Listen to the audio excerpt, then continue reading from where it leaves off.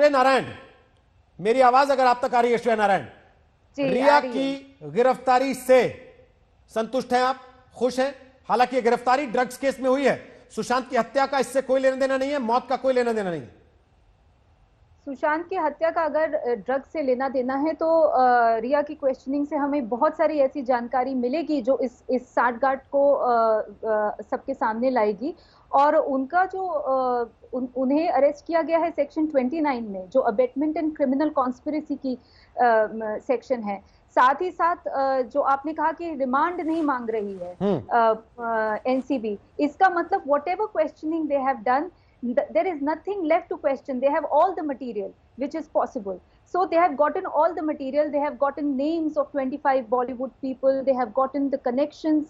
So सिर्फ दीपेश और शौविक और सैम्यूल ने भी वहां पे उनकी मदद की, और 70 डिलीटेड चैट्स हैं, शौविक का कन्फेशन है, रिया और शौविक के चैट्स हैं, बहुत सारी लैपटॉप, फोन, सब चीजों का ये मिश्रण है कि आज उन्हें अरेस्ट किया गया है। और अरेस्ट किया गया है और कहा जा रहा है कि रिमांड नहीं चाहिए, इसका मतलब क्वेश्चनिंग के लिए उन्हें अरेस्ट नहीं किया गया है, ये कल्पेबिलिटी दिखाती है। तो यस, जो लोगों ने ये मुहिम छेड़ी थी शुरू से, जो लोगों ने कहा कि हमें इन्वेस्टिगेशन चाहिए सुशांत सिंह राजपूत केस में, जो उन्हें नहीं मिल रहा था, हमें नहीं मिल रहा था इन्वेस्टिगेशन, तो जो मुहिम छेड़ी है उसका ये फर्स्ट विक्ट्री है कि अभी धीरे धीरे लोग जो हैं, जो उस केस से जुड़े हुए थे, वो सामने हमारे आ रहे हैं, वो अरेस्ट हो रहे हैं, उनकी कल्पेबिलिटी कहीं ना कहीं दिख रही है, और इनकी क्वेश्चनिंग से हमें और भी चीजें आगे मिलेंगी। तो it is an important step in Sushant Singh Rajput death case. Vikas Gupta, दुखी तो बहुत होंगे आज आप,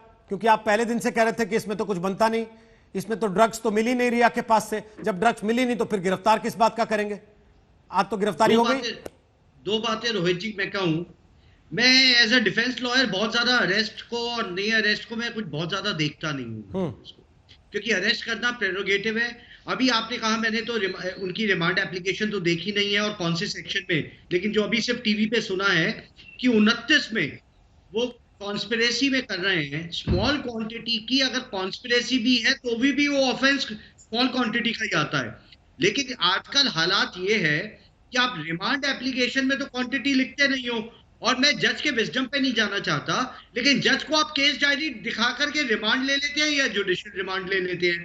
तो मैं बड़ा अद्भुत केस है कि जहां पे स्मॉल क्वांटिटी के केस को एक कॉन्स्पिरेसी का एंगल देने की कोशिश की जा रही है। और ऐसा नहीं है कि हमने 50 केस देखे हैं जहां एनसीबी और डीआरआई इन एंगल्स को लेके आती है, लेकिन कोर्ट में स्क्रूटनी के वक्त खड़े नहीं हो पाते। अच्छा, अगर किसी जो चैट्स ईडी ने कुछ सेलेक्ट मीडिया चैनल्स को लीक करी थी, वो सारी की सारी चैट्स रोहित जी सिर्फ एक उंगली इशारा करती थी स्मॉल क्वांटिटी की तरफ, और स्मॉल क्वांटिटी सिर्फ 6 महीने तक की सजा है या फाइन है। लेकिन आप अगर जुडिशियल रिमांड में भेजने के लिए आप अपनी केस डायरी में कॉन्स्पिरेसी का एंगल, एक बहुत बड़ा एंगल दिखाना चाहें, उसके लिए कोई रोक तो सकता नहीं है। और कोर्ट्स भी शुरुआत में जुडिशियल कस्टडी या जुडिशियल रिमांड में भेजने को इसलिए नहीं होते, वो कहते हैं इन्वेस्टिगेशन को होने दीजिए। अब देखने की गौरतमंद बात यह है कि क्या उनके वकील आज ही बेल लगाएंगे या कुछ 1-2 दिन रुकने के बाद बेल लगाएंगे? आपको लगता है आज लगाएंगे? क्योंकि वो तो कह रहे थे प्यार करने की सजा, तो फिर यही सही। नहीं, देखिए, अगर सिर्फ मीडिया की ट्रायल से अगर देश में सजाएं होने लग जाए, अगर देखिए अरेस्ट करना, विकास जी, आप मीडिया ट्रायल के इतने विरोधी हैं, लेकिन यहीं बैठ के इतने सारे केस आप लड़ चुके हैं, कितनों में आपने देखा कि यहां से फांसी की सजा हो गई किसी को, या कोई जेल चला गया यहां रोहित सरदाना के कहने से? नहीं गया ना सर, आप भी जानते हैं उस बात को।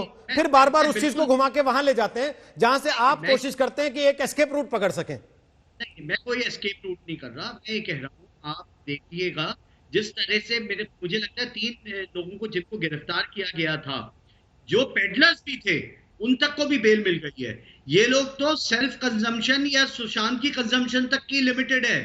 आप इस बात को समझिए, they are on a better footing than the peddlers, जिन 3 पेडलर्स को ऑलरेडी बेल भी दे चुकी है मुंबई की सेशंस कोर्ट। विकास जी, ये साबित करना, अगर ये स्थिति आती है कि ये साबित करना कि सुशांत को ये लोग ड्रग्स प्रोवाइड कर रहे थे, ये किसकी जिम्मेदारी होगी, सीबीआई की या एनसीबी की?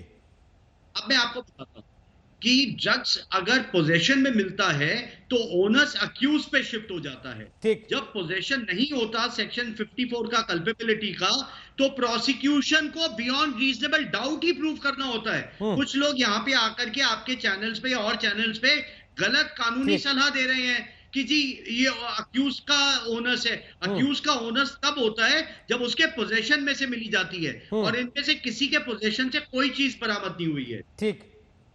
उमाकांत मिश्रा जी, एनसीबी रिमांड क्यों नहीं मांगेगी? क्या लगता है आपको, क्या कारण हो सकता है ना मांगने का रिमांड?